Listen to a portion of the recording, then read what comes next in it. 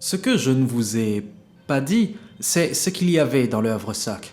Oh, il y a bien des choses, mais venons à ce qui nous intéresse précisément ici, à savoir les stèles de la femme et des enfants du maître. Eh bien, non loin de la rivière, sous un très grand arbre, il y a un grand espace où il y a de l'herbe. Et dans cet espace-là, il y a 3 stèles, une très grande et 2 petites. Ces stèles ont été posées en mémoire de la famille morte de mon maître, Vladimir Cerberus. Cela n'est pas très heureux, je dois bien l'avouer.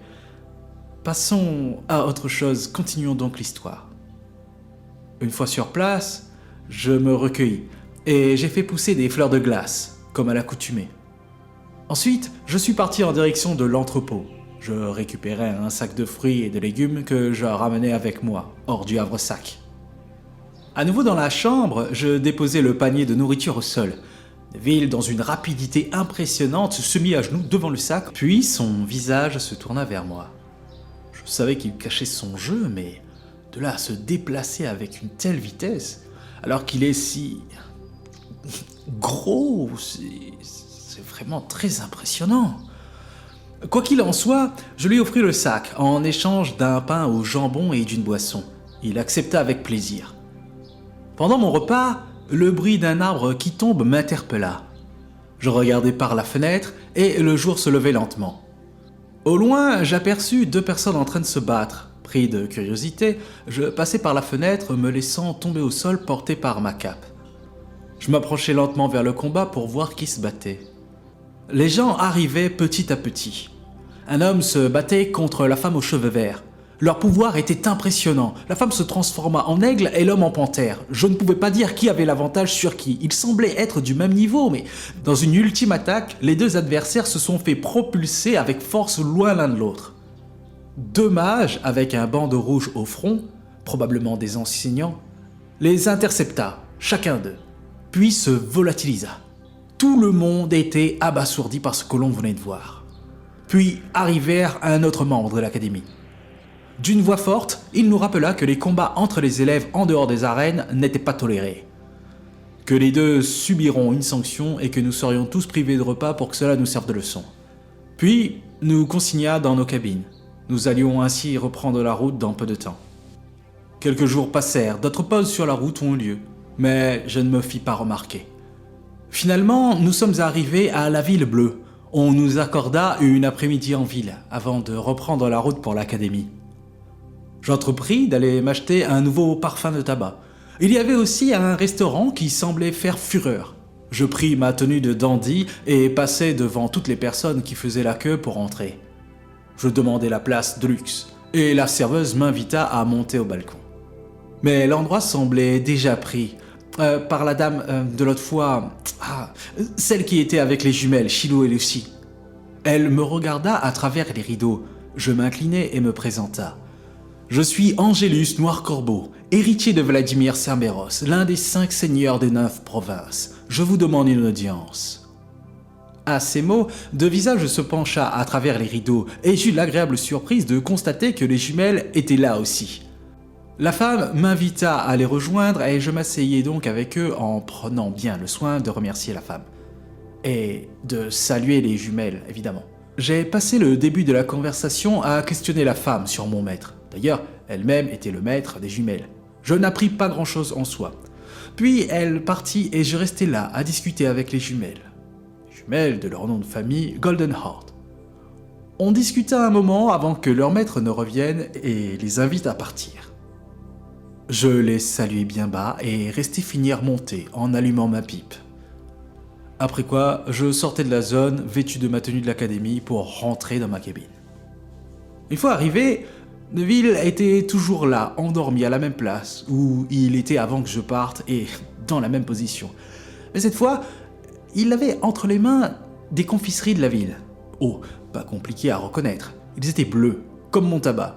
Et comme tout dans la ville d'ailleurs, les murs étaient bleus, les tuiles, certains aliments, bref, On n'appelle pas la ville bleue pour rien. Beaucoup plus tard, on arriva à l'académie. L'enceinte était tellement immense que je ne voyais même pas les bords. L'appel se fit pour le cercle extérieur, puis vint celui du cercle intérieur. À l'appel de mon nom, je suivis l'enseignant. Le groupe fut encore divisé en 4 autres groupes. Les offensifs, les défensifs, les rapides et les spéciaux. J'ai choisi le groupe des spéciaux. Pourquoi ?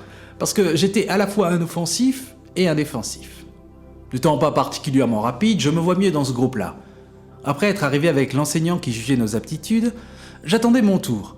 Chacun à son tour se battait contre l'enseignant. J'étais le dernier à être appelé. Certains furent recalés. Une fois arrivé, je regardais l'enseignant qui me fixait du regard. Personne ne bougea sur le moment, puis il créa une bourrasque d'air très puissante qu'il propulsa vers moi. Ne voyant pas l'attaque dangereuse, la seule chose qui me traversait l'esprit à cet instant était d'éviter de me faire propulser par l'air.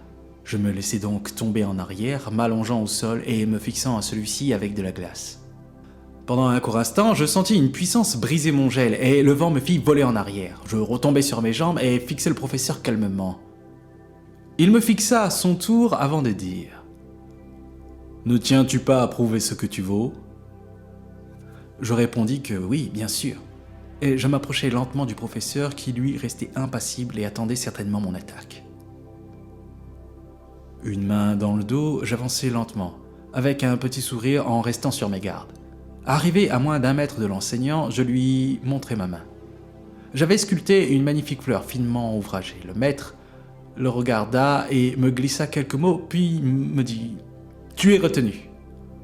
Je pris ensuite la direction indiquée et allai me présenter pour savoir quoi faire ensuite. Une fois arrivé, je constatai que c'était pour le logement. La personne qui s'occupait de ça me posa quelques questions, nom, prénom, enfin vous voyez quoi. Puis me dit de suivre la ligne. Mais honnêtement, j'avais beau regarder, par terre je ne voyais absolument pas de ligne. Après m'avoir touché le front, ma vision se distorda légèrement avant de revenir à la normale. Une ligne de couleur semblait être tracée au sol. Je la suivis pendant environ une bonne heure, je dirais. Je finis ma course devant un immense portail rouillé, où des lianes avaient élu domicile. Je poussai celui-ci, il grinça très fort et je pénétrai dans la cour du dortoir. Il ne semblait pas avoir âme qui vive. La nuit était tombée, les étoiles scintillaient de 1000 feux. L'air y était agréablement frais. Observant du mieux que je pouvais les environs, des lumières s'allumaient petit à petit à travers les fenêtres du bâtiment. Puis elles s'ouvraient. J'avais du mal à distinguer les visages, mais j'entendais des rires et des cris de joie. On me félicita pour mon arrivée au dortoir.